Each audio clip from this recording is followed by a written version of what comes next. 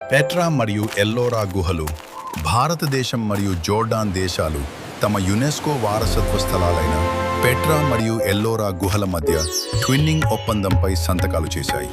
ఈ రెండు స్థలాలు రాతిలో చెక్కిన నిర్మాణ శైలికి ప్రసిద్ధి చెందినవి. ఎల్లోరా గుహల గురించి స్థానం మహారాష్ట్రలోని చరణాంద్రి కొండలలో ఎలగంగా నది సమీపంలో ఉంది. నిర్మాణ కాలం క్రీస్తు శకం 600 నుంచి 1000 వరకు మధ్యకాలంలో చెక్కబడినవి. ప్రధానంగా రాష్ట్రకూట మరియు యాదవ రాజవంశాల కాలంలో నిర్మించబడ్డాయి. నిర్మాణ శైలి బాసాల్ట్ శిలలపై పైనుండి కిందకు చెక్కిన రాతి గుహలు. మతపరమైన విశేషత హిందూ, బౌద్ధ మరియు జైన మందిరాలు మరియు చిత్రాలు ఒకే చోట ఉన్నాయి. ఇవి మతపరమైన సహనానికి చక్కని నిదర్శనంగా నిలుస్తున్నాయి. పెట్రా గుహల గురించి పెట్రాను రోజ్ సిటీ అని కూడా పిలుస్తారు.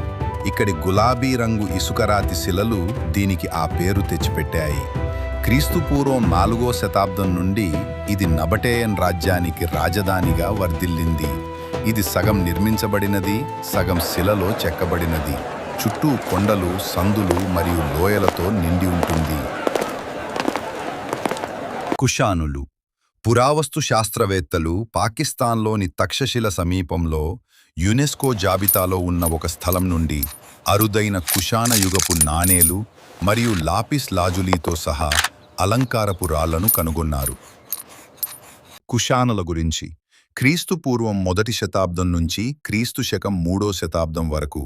మూలం మధ్య ఆసియాకు చెందిన యుహెచి తెగ నుండి వచ్చినవారు.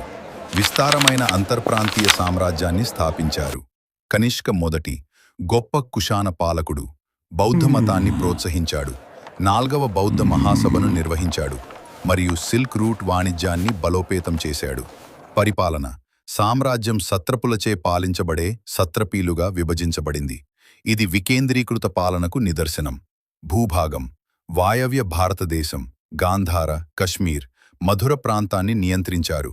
తూర్పు ఉత్తరప్రదేశ్ మరియు బీహార్ వరకు గంగా, యమున, దోయాబ్లో ప్రభావాన్ని విస్తరించారు. నాణేలు కుషానులు పెద్ద మొత్తంలో బంగారు నాణేలు జారీ చేశారు. ఇవి వారి ద్రవీకృత ఆర్థిక వ్యవస్థను మరియు బలమైన దూర వాణిజ్య సంబంధాలను ప్రతిబింబిస్తున్నాయి.